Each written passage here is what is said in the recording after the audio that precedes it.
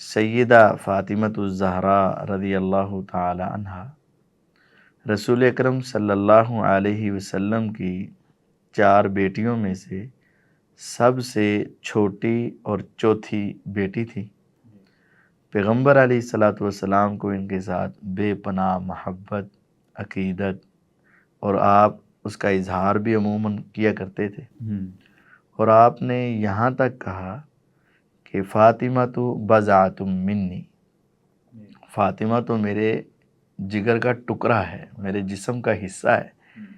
من احبہا فقد احبنی، جس نے سیدہ فاطمہ سے عقیدت اور احترام اور محبت کی، اس نے میں محمد صلی اللہ علیہ وسلم سے محبت کی۔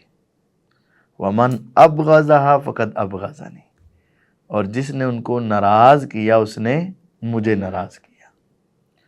تو رسول اکرم صلی اللہ علیہ وسلم نے آخری ایام میں، بلکہ آخری دن میں اور آخری وقت میں جس کے ساتھ راز کی بات کی اور وہ پہلے روئیں اور پھر مسکرائیں، وہ صرف یہی تھی، سیدہ فاطمۃ الزہرا رضی اللہ عنہ۔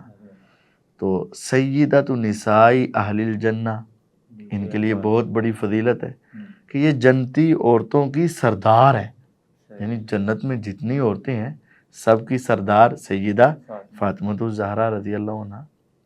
اور حضرت حسن و حسین رضی اللہ عنہما کی فضیلت بھی ایک وجہ یہ ہے کہ ان کی والدہ فاطمہ ہے۔ حضرت حسن و حسین رضی اللہ عنہما کے فضائل کی ایک وجہ یہ ہے کہ ان کی والدہ فاطمہ ہے، نبی کی بیٹی، ان کی نبی کی بیٹی ہے۔ یعنی حسنین کی وجہ سے امی عائشہ فاطمہ کی عظمت نہیں بڑھی، بلکہ امی فاطمہ رضی اللہ عنہا کی وجہ سے ان کی عظمت بڑھی ہے۔ اور علی المرتضیٰ رضی اللہ تعالیٰ عنہ کے بھی جو فضائل ہیں ان میں ایک فضیلت یہ بھی ہے کہ یہ پیغمبر علیہ السلام کی بیٹی کے خاوند ہیں اور رسول اللہ صلی اللہ علیہ وسلم کے داماد ہیں۔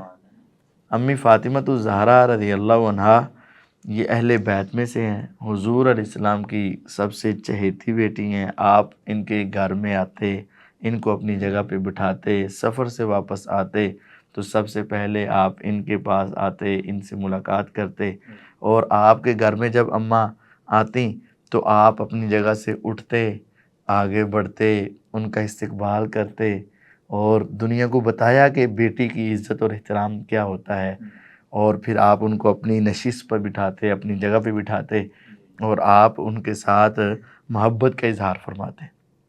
تو وہ پیغمبر علیہ السلام کی یہ لاڈلی ہیں تو ہمارے لیے بڑی قابل احترام ہے، ان کا احترام کرنا ہمارے ایمان کا حصہ ہے۔